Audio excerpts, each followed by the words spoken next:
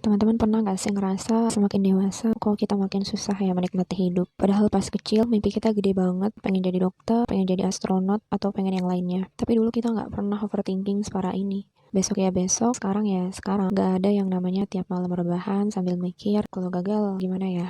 Masa depan aku bakal kayak gimana ya? Kita cuma main, ketawa, nangis, terus besoknya bangun dan jalan lagi kayak nggak ada apa-apa. Dan yang bikin heran ya, meskipun kita belum punya apa-apa, hidup tetap kerasa enak aja gitu. Tapi sekarang makin banyak yang kita punya, makin takut kita kehilangan. Kepala juga rasanya kayak nggak pernah benar-benar istirahat gitu. Mikirin uang, mikirin target, ekspektasi orang lain, sampai kadang napas aja rasanya berat.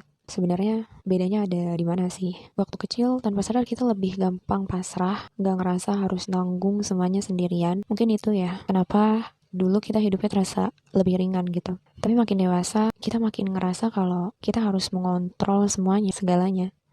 Dan akhirnya kita cuma nyariin Allah pas lagi takut, pas lagi mentok, dan tanpa sadar kita udah jadi orang yang ibadah untuk hidup, bukan hidup untuk ibadah. Padahal Allah udah bilang dengan jelas ya di Quran surah Az-Zariyat ayat 56, kalau aku menciptakan manusia hanya untuk beribadah kepadaku. Dan hidup untuk ibadah itu bukan berarti kita meninggalkan dunia ya. Kerja tetap bisa jadi ibadah, belajar juga bisa tetap jadi ibadah, berjuang buat keluarga juga bisa jadi ibadah. Asal semuanya karena Allah. Jadi boleh banget ya kalau kita punya ambisi, boleh banget kalau kita ngejar mimpi sekencang-kencangnya, tapi kita perlu ingat juga ketika kita menjadikan dunia itu sebagai pusat hidup kita, maka hati kita akan gampang capek, gampang ngerasa kurang terus. Sedangkan ketika Allah yang jadi pusatnya, hidup memang gak selalu jadi lebih mudah, tapi hati kita jadi jauh lebih tenang buat ngejalaninnya.